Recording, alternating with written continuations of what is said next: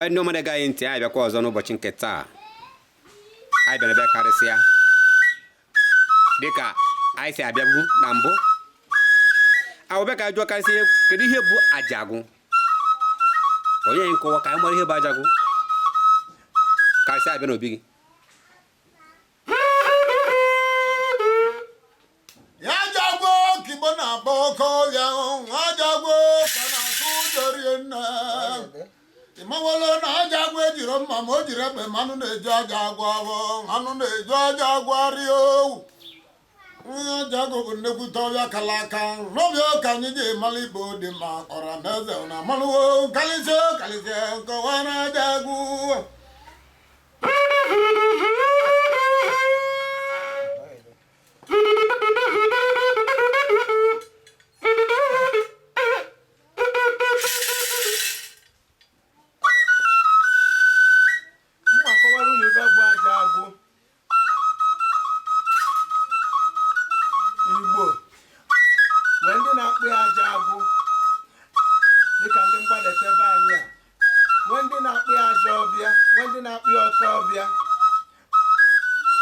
Ajoagu bụ ebe anyị na-eni ozu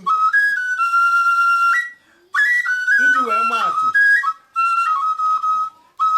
mgbe ụfọdụ ma n'oge gboo ndị Igbo na-eni onye chiri ọzọ na Ajoagu.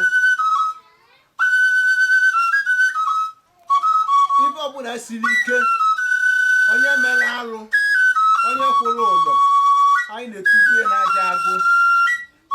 Mgbe gboo, ọgwụ siri ike na ọgwụ a n'ike ọgwụ anụwa n'oge nwe ma n'ike ọgwụ anụwa gụgo gị ibuli eji atụnye na Ajoagu.